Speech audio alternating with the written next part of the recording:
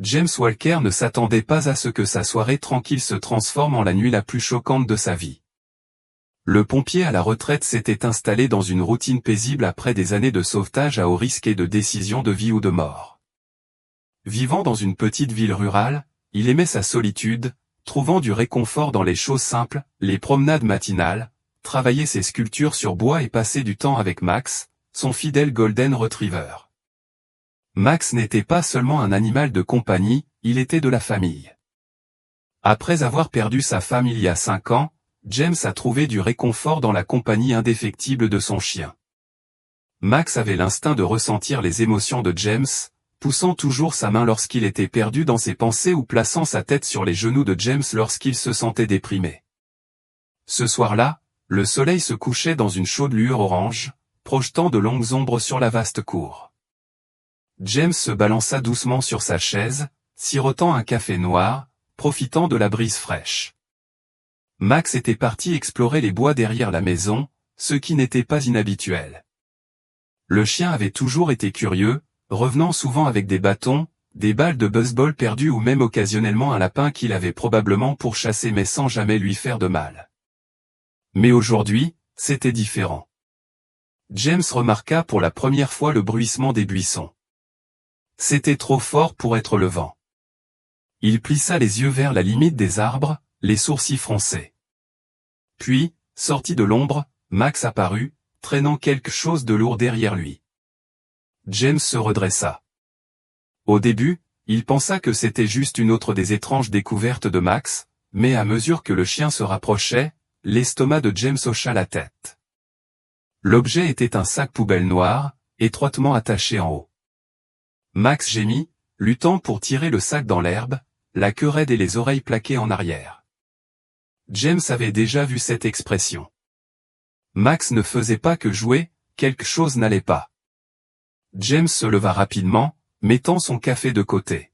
« Qu'est-ce que tu as là, mon garçon ?» appela-t-il en descendant les escaliers du porche.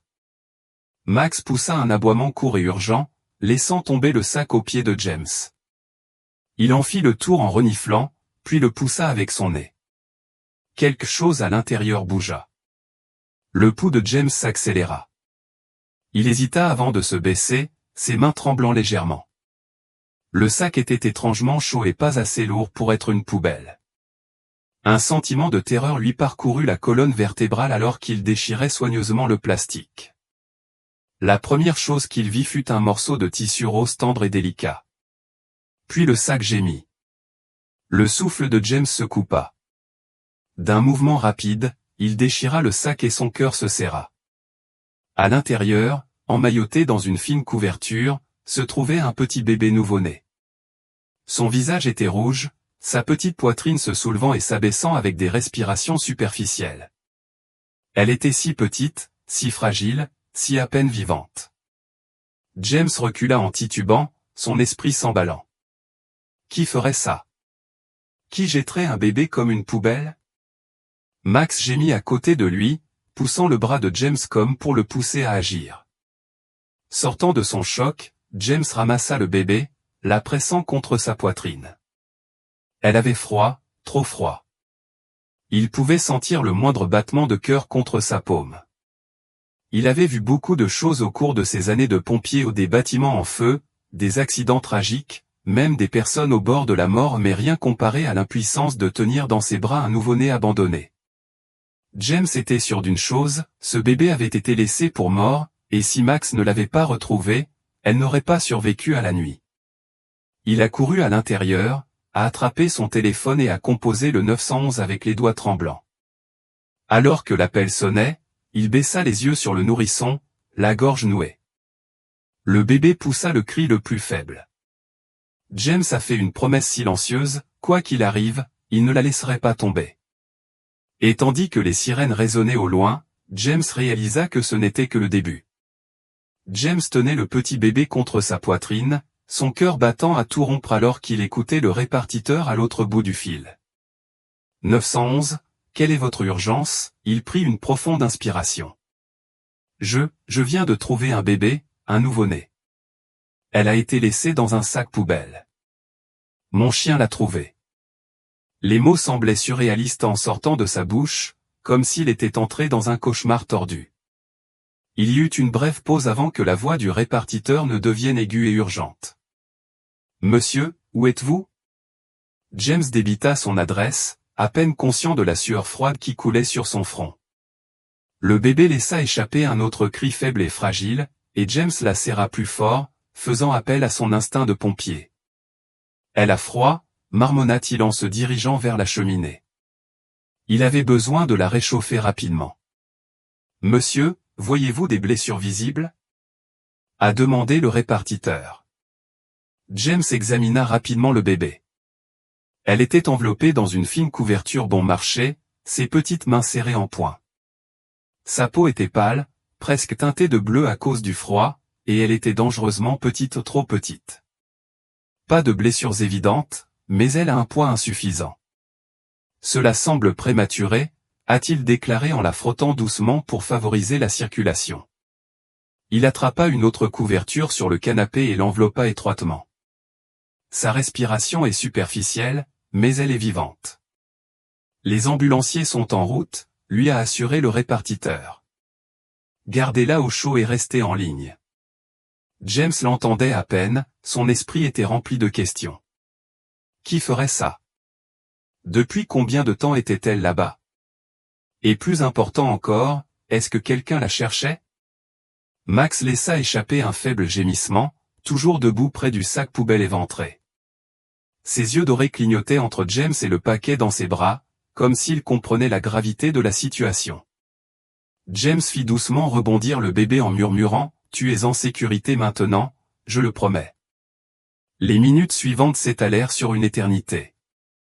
Il écoutait les respirations inégales du bébé, chacune étant une fragile bouée de sauvetage l'attachant à ce monde. Son esprit se tourna vers toutes les terribles possibilités, si Max ne l'avait pas trouvée à temps, si la nuit avait été plus froide, si elle n'avait jamais été découverte du tout. Finalement, le bruit des sirènes qui approchaient brisa le silence tendu.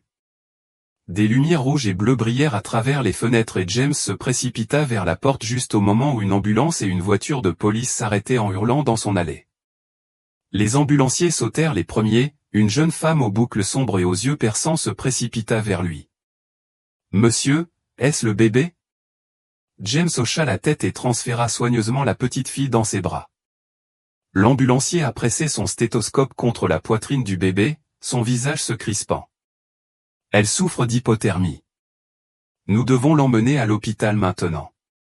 James regarda, le ventre tordu, alors qu'il plaçait le bébé dans un petit incubateur portable et la précipitait vers l'ambulance. Elle était si fragile, si impuissante. Un policier, un homme de grande taille aux cheveux grisonnants, s'est avancé. « Monsieur, je suis l'officier Daniels. Pouvez-vous me dire exactement ce qui s'est passé ?» James expira en tremblant et... La connexion a été rompue, leurs âmes marquées d'une manière qu'ils ne pouvaient pas voir. La marque ne serait pas seulement physique, a dit Jésus. Cela lierait leur cœur et leur esprit à la tromperie. Cela ne se produirait pas comme les gens l'espéraient, ne serait pas forcé de manière évidente, mais serait déguisé en quelque chose d'essentiel. Les médias, les dirigeants et même les amis et la famille poussaient les gens dans ce sens, faisant passer ceux qui résistaient pour des idiots, voire des dangereux. J'ai demandé, et ceux qui refusent? L'expression de Jésus devint sérieuse. Ils lutteront, mais ils seront protégés. La foi sera leur meilleure arme. Il m'a montré de petits groupes de personnes se cachant, comptant sur la provision divine, trouvant de la nourriture de manière inattendue et survivant sans laisser de marque. Ils ont été confrontés au rejet, mais ils n'ont jamais été seuls. Lorsque la vision a pris fin, j'ai su que cet avertissement n'était pas seulement pour moi, c'était pour tout le monde. Le moment viendrait où chacun devrait faire un choix, et je devais partager cette vérité avant qu'il ne soit trop tard. Jésus m'a montré combien il serait difficile de vivre sans accepter la marque. La société changerait complètement. Ceux qui n'en bénéficieraient pas seraient exclus, incapables de participer à une vie normale. Ils seraient considérés comme des parias, des rebelles contre le nouvel ordre. Mais Jésus m'a rassuré sur le fait que survivre sans marque était possible.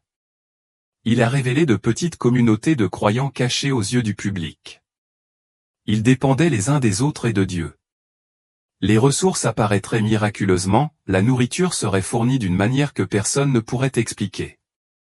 Des jardins prospèrent dans des endroits inattendus, des sources d'eau apparaissant là où il n'y en avait pas et des conseils divins les conduisant vers des endroits sûrs. Cependant, ce ne serait pas facile. Il y aurait des pressions de la part des proches qui avaient pris la marque, les suppliant de faire de même. Le gouvernement les qualifierait de menaces et la société se retournerait contre eux. Mais Jésus a souligné l'importance de la foi. « Vous devez me faire confiance, dit-il. Je fournirai. » Dans ces lieux cachés, les gens bénéficieraient d'une protection surnaturelle. Les anges veilleraient sur eux et ils trouveraient une force dont ils ignoraient l'existence. Jésus m'a dit que ceux qui restaient fidèles verraient quotidiennement des miracles se produire dans leur vie. Même dans un monde qui semblait perdu, l'espoir brillerait. J'ai alors réalisé que survivre sans marque n'était pas seulement une question de besoin physique, il s'agissait d'endurance spirituelle. Seuls ceux qui croyaient vraiment et faisaient confiance au plan de Dieu pourraient s'en sortir. Jésus m'a emmené plus profondément dans la vision, me montrant ce qui attendait le monde. J'ai vu des catastrophes naturelles frapper avec une intensité croissante, des tremblements de terre, des ouragans et des incendies comme le monde n'en avait jamais vu. Les gens étaient paniqués, cherchant des réponses mais n'en trouvant aucune dans les systèmes du monde. Les gouvernements ont eu du mal à maintenir l'ordre et la peur s'est propagée comme une traînée de poudre. Au milieu de tout cela, une grande tromperie se répandait. Des promesses de paix et de sécurité étaient faites, mais Jésus m'a montré qu'elles étaient vides de sens. Les dirigeants du monde proposaient des solutions qui semblaient attrayantes, mais sous la surface, il s'agissait de pièges. La marque n'était que le début. Ceux qui l'ont accepté ont été entraînés plus profondément dans le contrôle et la manipulation. Les chrétiens qui refusaient la marque étaient confrontés à une persécution croissante. Ils ont été pourchassés, qualifiés d'ennemis et contraints à la clandestinité. Beaucoup ont été contraints de fuir vers des zones reculées, vivant dans le secret. Mais malgré tout cela, il y avait de l'espoir. Jésus m'a montré comment les prières étaient exaucées de manière miraculeuse et que son peuple n'était jamais vraiment seul. J'ai demandé à Jésus, pourquoi devons-nous traverser cela? Il m'a gentiment rappelé que c'était une période d'épreuve. Cela séparerait ceux qui le suivaient réellement de ceux qui le prétendaient simplement. Il m'a assuré que ceux qui persisteraient jusqu'au bout seraient récompensés au-delà de tout ce qu'ils pouvaient imaginer. Il m'a exhorté à dire aux gens de se préparer, non seulement physiquement, mais spirituellement. Leur relation avec lui était la chose la plus importante qu'ils pouvaient avoir dans les jours à venir. Après m'avoir montré les épreuves, Jésus m'a révélé quelque chose d'incroyable, la promesse d'une nouvelle terre. Il m'a emmené dans un lieu d'une beauté indescriptible, où tout était en parfaite harmonie. Il n'y avait ni douleur, ni souffrance, seulement de la paix et de la joie. Les couleurs étaient plus vives, l'air était pur et un profond sentiment d'appartenance remplissait mon âme. Jésus expliqua que c'était ce qui attendait ceux qui restaient fidèles. Le monde actuel, avec toutes ses luttes et ses souffrances, était temporaire. Je prépare un endroit pour mon peuple, a-t-il déclaré, un monde au-delà de l'imagination, où l'amour règne et où la peur n'est plus. J'ai vu des gens qui avaient beaucoup souffert sur terre, vivant désormais dans la joie, libérés de tout fardeau qu'ils portaient. Ils ont retrouvé leurs proches, marchant main dans la main dans un endroit où le temps ne comptait plus. Chaque larme a été essuyée et toutes les luttes auxquelles ils ont dû faire face n'étaient plus que de lointains souvenirs. Jésus m'a rassuré que même si le chemin à parcourir serait difficile, sa protection divine ne quitterait jamais son peuple. Il m'a montré des anges qui montaient la garde sur ceux qui choisissaient de lui faire confiance, les protégeant du mal. Même dans les moments les plus sombres, de plus grandes choses nous attendaient au-delà de tout cela. Jésus a promis que ceux qui endureraient hériteraient de cette nouvelle terre, où ils vivraient dans la paix et l'amour éternel avec lui. Quand je suis finalement revenu dans mon corps, j'ai emporté cette vision avec moi, sachant que je devais la partager avec le monde. Alors que je me tenais devant Jésus, il m'a révélé la bataille invisible qui faisait rage entre la lumière et les ténèbres. Il ne s'agissait pas d'une guerre physique, mais d'une guerre spirituelle, qui durait depuis des lustres et s'intensifiait chaque jour qui passait. J'ai vu des forces démoniaques travailler dans les coulisses, influencer les gouvernements, les médias et même les gens ordinaires. Leur objectif était clair, tromper, contrôler et séparer l'humanité de Dieu. Jésus m'a montré comment les ténèbres s'étaient infiltrées dans presque tous les aspects de la vie. Les gens étaient, sans le savoir, manipulés et amenés à suivre le mauvais chemin, distraits par les désirs du monde et les promesses de succès et de sécurité. La marque deviendrait le test ultime, un symbole d'allégeance à cette tromperie. Ceux qui l'acceptaient abandonnaient non seulement leur corps mais aussi leur âme. Mais au milieu de tout cela, j'ai vu le pouvoir de la lumière. Les anges se tenaient comme des guerriers, protégeant ceux qui refusaient de s'incliner devant les ténèbres. Les prières étaient comme des armes, coupant les mensonges et apportant l'espoir là où la peur avait pris racine. J'ai vu des gens ordinaires rester fermes dans leur foi, leur âme brillant même dans les endroits les plus sombres. Jésus m'a dit, tu dois comprendre que l'ennemi agit subtilement à travers la peur et le doute, mais je suis toujours avec toi. Ma lumière est plus grande que toutes les ténèbres. Ces mots m'ont donné de la force. J'ai réalisé que cette bataille n'était pas quelque chose à craindre, mais quelque chose à mener avec foi. De retour dans mon corps, j'ai ressenti le poids de ce que j'avais vu. La bataille était réelle et je savais que mon rôle était d'aider les autres à voir la vérité et à rester forts dans leur foi. Jésus m'a regardé dans les yeux avec un sérieux que je n'oublierai jamais. Il s'est adressé directement à mon cœur, l'endurance sera votre plus grande force. J'ai soudain compris que la foi n'est pas seulement une question de croyance. Il s'agit de tenir bon quand tout autour de vous s'effondre. Il m'a montré des gens confrontés à des difficultés, des familles déchirées, des individus laissés seuls parce qu'ils refusaient de se conformer. Mais malgré leurs difficultés, leur foi leur a donné une force au-delà de toute mesure. Ils savaient que leur combat n'était pas seulement pour la survie, c'était pour leur âme. Je pouvais voir que beaucoup se sentiraient découragés, se demandant si Dieu les avait abandonnés, mais Jésus m'a rassuré, je ne les quitterai jamais. Ils doivent avoir confiance et endurer. J'ai vu que l'endurance ne consistait pas à éviter les difficultés, mais à rester ferme au milieu d'elles. Ceux qui sont restés fidèles ont trouvé une force incroyable dans leurs prières, dans la parole de Dieu et dans le soutien de leurs compagnons croyants. Même si tout semblait perdu, une lueur d'espoir subsistait. Jésus m'a dit de rappeler aux gens que la foi n'est pas une décision ponctuelle. C'est un choix quotidien. Chaque instant de confiance renforce l'endurance et les prépare à ce qui va arriver. Dites-leur de ne pas avoir peur, dit-il, je leur fournirai ce dont ils ont besoin au bon moment.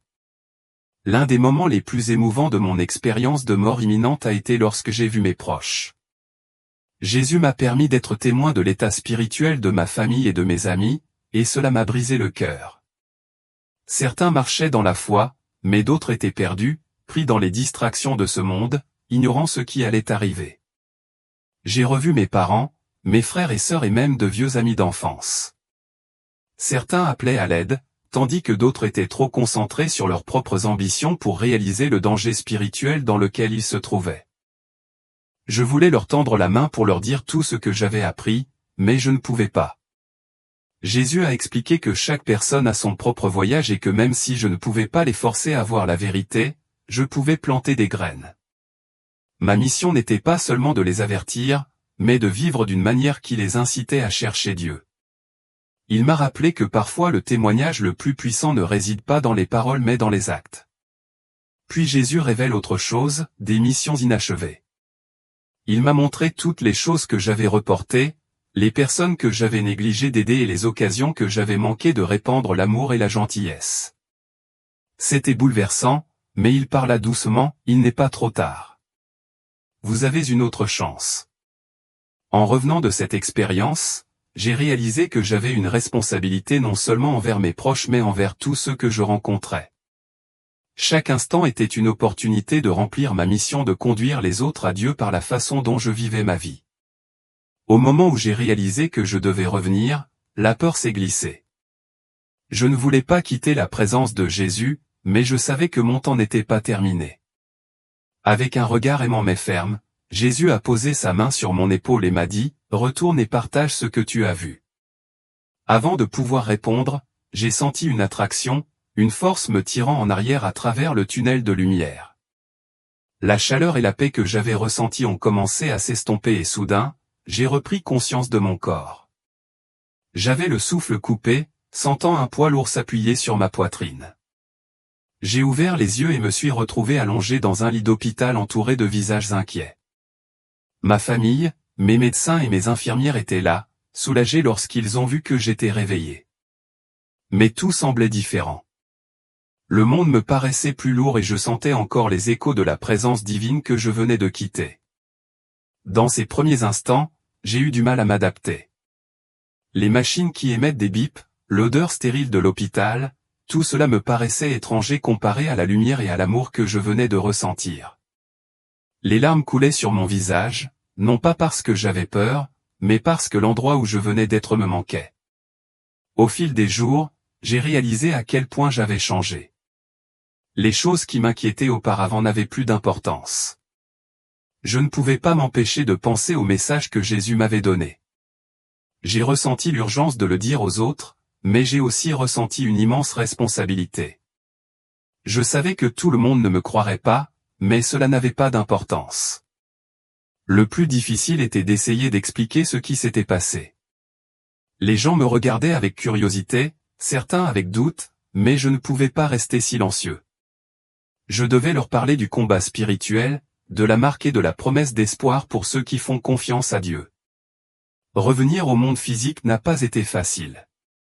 J'avais l'impression de ne plus avoir ma place, mais au fond, je savais que mon séjour ici avait un but et qu'on m'avait donné une seconde chance de l'accomplir. Revenir au monde physique a été plus difficile que je ne l'aurais jamais imaginé. En me réveillant à l'hôpital, je m'attendais à ressentir un soulagement, mais au lieu de cela, j'ai ressenti un immense sentiment de déconnexion. Tout autour de moi, les lumières de l'hôpital, les machines qui émettent des bips et les visages inquiets de mes proches me semblaient lointains. Je venais de me trouver dans un lieu de paix et d'amour absolu, et maintenant j'étais de retour dans un monde qui me semblait lourd et chaotique. J'ai essayé d'expliquer ce que j'avais vécu à ma famille, mais leurs réactions ont été mitigées. Certains ont écouté avec une curiosité écarquillée, tandis que d'autres ont considéré cela comme un rêve ou un effet secondaire du traumatisme. C'était frustrant, mais j'ai réalisé que tout le monde n'était pas prêt à entendre la vérité.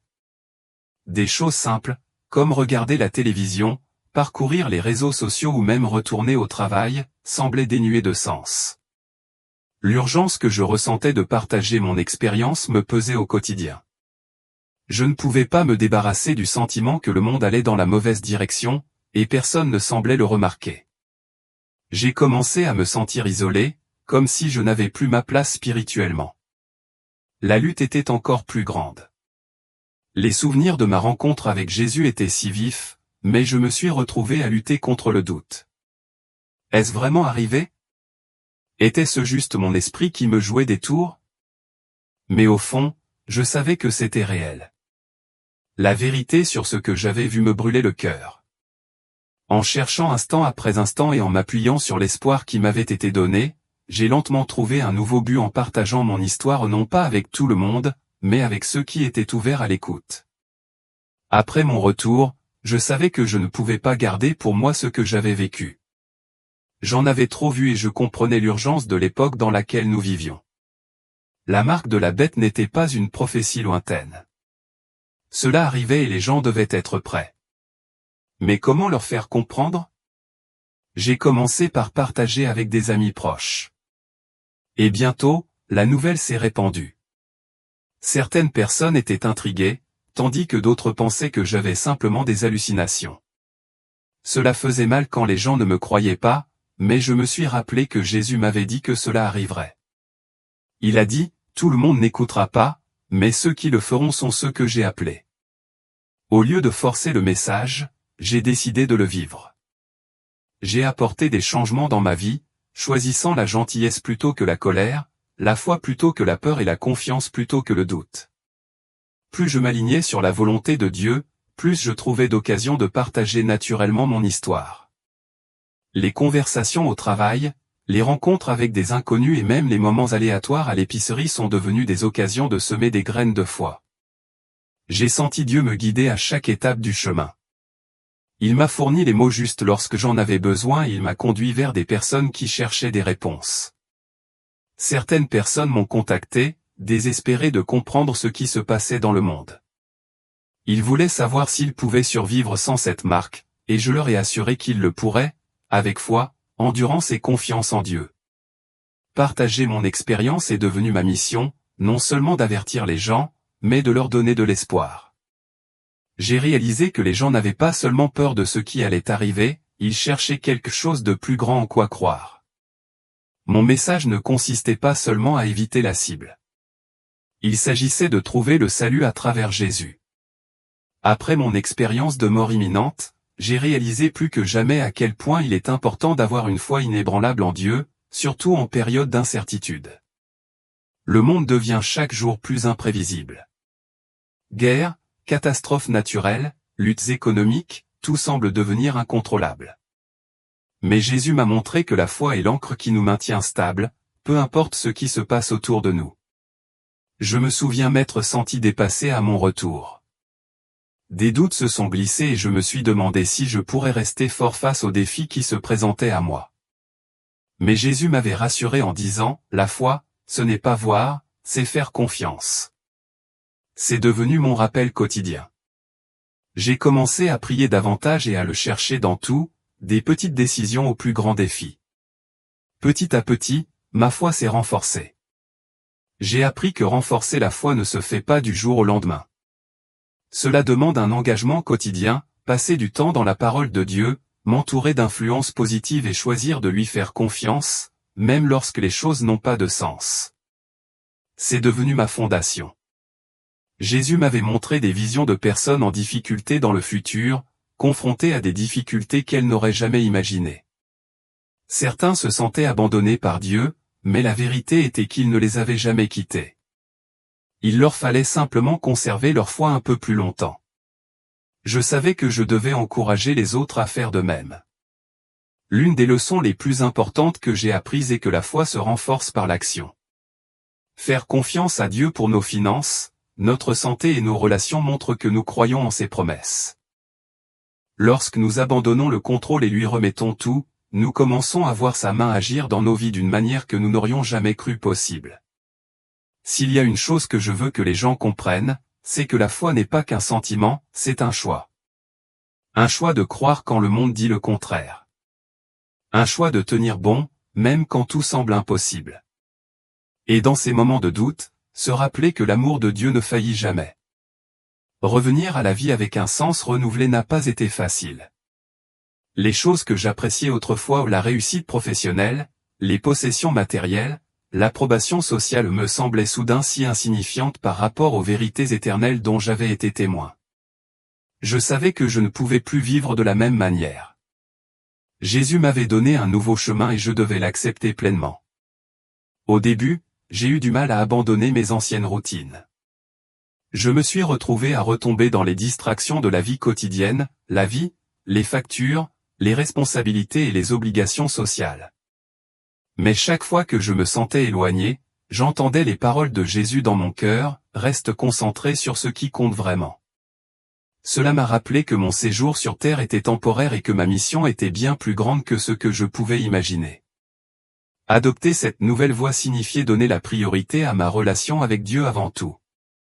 Cela signifiait dire non à des choses qui ne correspondaient pas à son objectif pour ma vie, même si elles semblaient bonnes en surface. J'ai dû me concentrer sur le partage de mon expérience avec les autres et utiliser mon temps à bon escient pour me préparer, moi-même et ceux qui m'entouraient, à ce qui allait arriver. J'ai également dû apprendre à faire confiance au processus. Jésus ne m'a pas tout montré d'un seul coup, mais il m'en a révélé juste assez pour me guider étape par étape. Cela n'a pas toujours été facile. J'ai eu des moments de frustration et de confusion, me demandant si je faisais vraiment une différence. Mais au fond, je savais que tant que je resterais fidèle, il me conduirait exactement là où je devais être. Vivre avec un but signifiait également abandonner la peur du rejet, la peur de l'échec et la peur de l'inconnu. Jésus m'a rappelé que la peur est le moyen utilisé par l'ennemi pour nous maintenir coincés. Lorsque nous marchons avec foi, la peur n'a aucun pouvoir sur nous. Avec le recul, je réalise à quel point j'ai changé. Ma vie n'est pas parfaite, mais elle a du sens. Chaque conversation, chaque acte de gentillesse et chaque prière que je partage me rapproche de l'accomplissement de la mission que Jésus m'a confiée. Je sais que tant que je garde les yeux fixés sur lui, je ne serai jamais perdu. S'il y a une chose que je veux que les gens retiennent, c'est qu'accepter le dessein de Dieu pour votre vie apporte une paix que rien d'autre ne peut offrir. Aucune quantité de succès, d'argent ou de reconnaissance mondaine ne peut se comparer à l'accomplissement de la marche selon son plan divin. Restez près de lui, faites confiance au voyage et rappelez-vous que vous avez été choisi pour une raison.